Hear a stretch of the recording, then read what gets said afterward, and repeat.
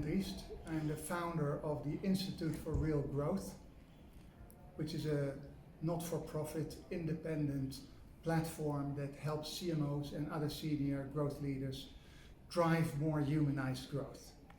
And that's exactly what I talked about here at the IMC. What can marketers specifically do to help drive more humanized growth? Let me first explain what I mean with humanized growth.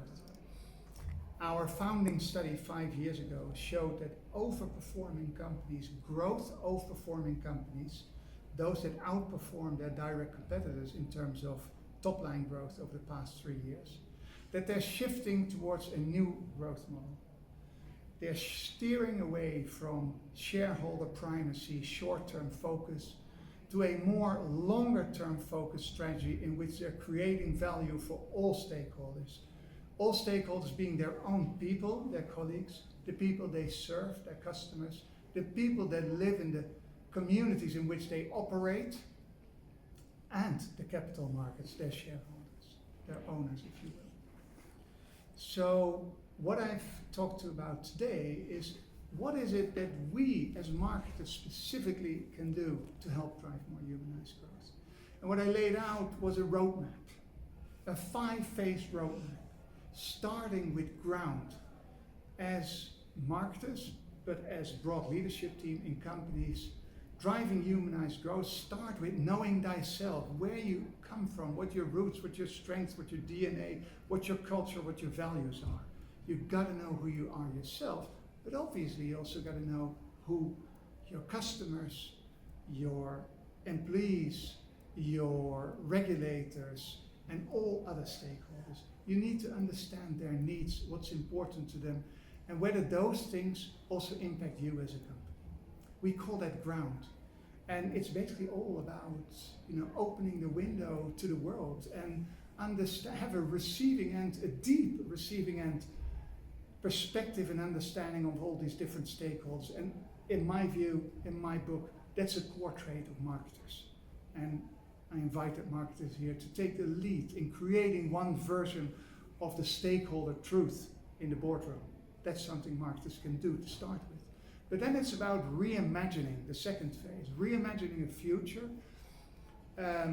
reimagining in a backward way, like not extrapolate trends from the past and then say, because we were here and now we're here, in the future we'll be there, but actually future backward, reimagine a vision. And I gave the example about the General Motors vision that's about electrification and their positive impact on the planet and on the environment.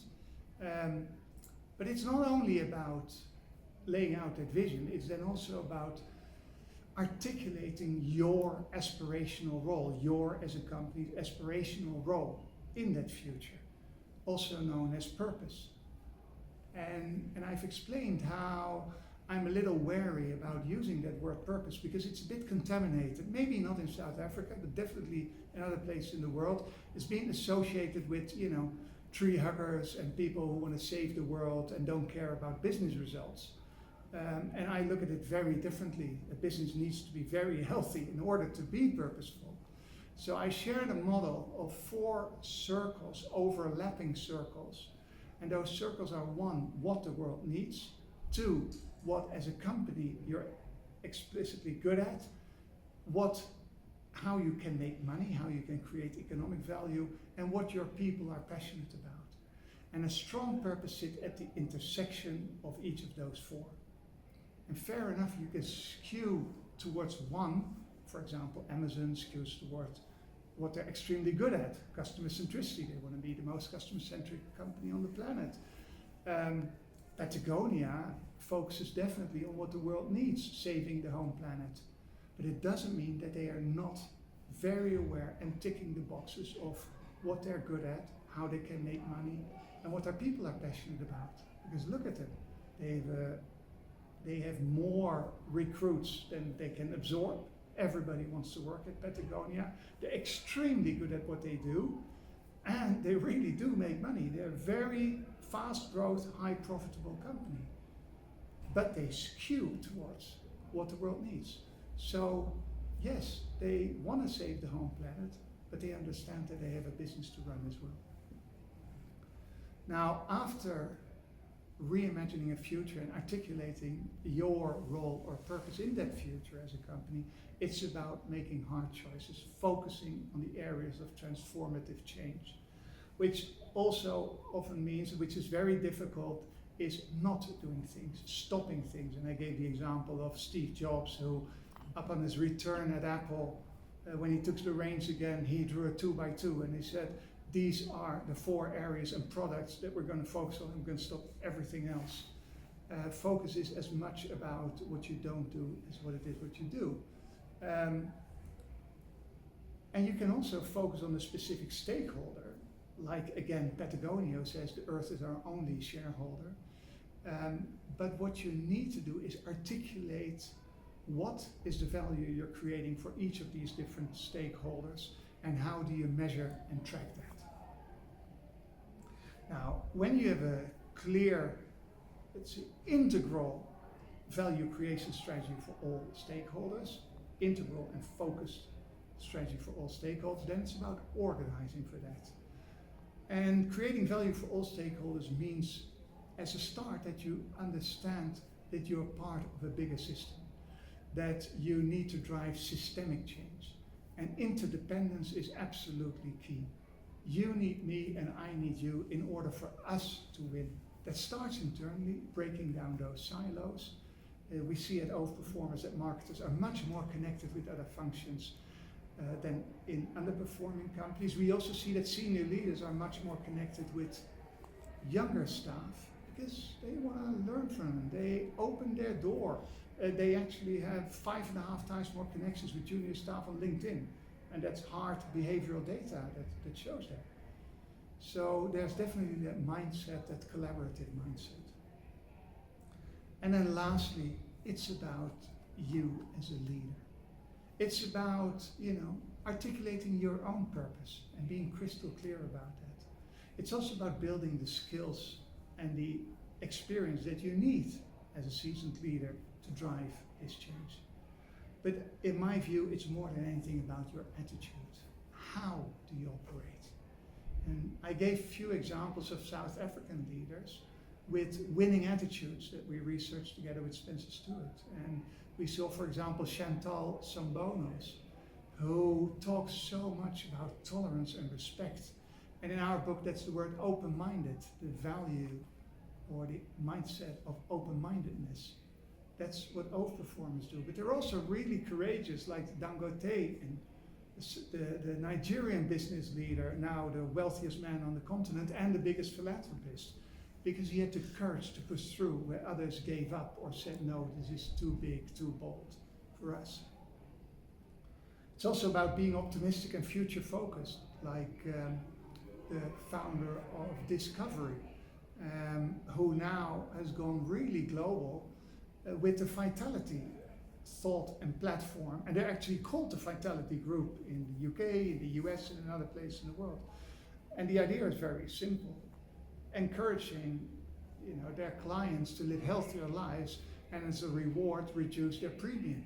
We both win. But the nice thing about it is that they understand it starts with themselves. So they live this life, and they actually in their email signature show how their vitality score is: bronze, silver, or platinum. And lastly, and maybe most importantly, the attitude of authenticity. In the end, it's about being real. People can sense from a distance whether things are fake. And I highlighted a recent interaction I had with Kenzani Nobanda, the CMO of Nedbank, who I interviewed together with Marcel Marcondes, the global CMO of ABI in Cannes. I had invited 200 of the biggest CMOs of the world. And when she spoke in that conversation, that fireside chat, she touched everybody that was there really, really deeply, emotionally, and they really left inspired. And why? Because it was 100% authentic. She was so open, so true to herself, didn't make herself look better than she is. And that's the beauty, that's the strength. And that's a strength that we obviously all have. But we need that courage, that optimism, that open-mindedness, and more than anything, that authenticity. So driving humanized growth is a task for marketing. They can lead it even, but it starts with yourself and your attitudes. That's what I talked about. I mean, AI, yes, is a transformative new technology, as was the internet, 30 years ago, and it's changed everything we do, how we do it. It hasn't changed the absolute need for humanity and human creativity in order to unlock the potential of these tools. With AI, it's no different. It's also going to change everything we do, how we do it, but at the core remains our humanity and our human creativity that will set the direction and the extent in which we're able to unlock and make that also a force for good, because it has that potential. Not that they said that not all their brands are, let's say, meet the requirements to be truly purposeful. But again, I think we're gravely misinterpreting the word purpose and the meaning of it. Purposeful is doing business with positive impact. These companies are no charities. They need to have healthy business processes, systems, tools, talent, capabilities, all of it, in order to make a purposeful difference. And that is really often misunderstood, and purpose has become the domain of world savers, tree huggers, and what have you. And that's very regrettable, because something that is so, I started my presentation by showing Unilever in 1900 or 1890, Port Sunlight, and you saw a picture of the community they built, the factory and the village around it, sport fields, schools, supermarkets, everything. They were an integral part of society. Business wasn't something different. They were an integral part of society and creating value for everybody in that society and the space and the environment in which they lived. And that's what we need to get back to. We've lost that. And that's purposeful to me.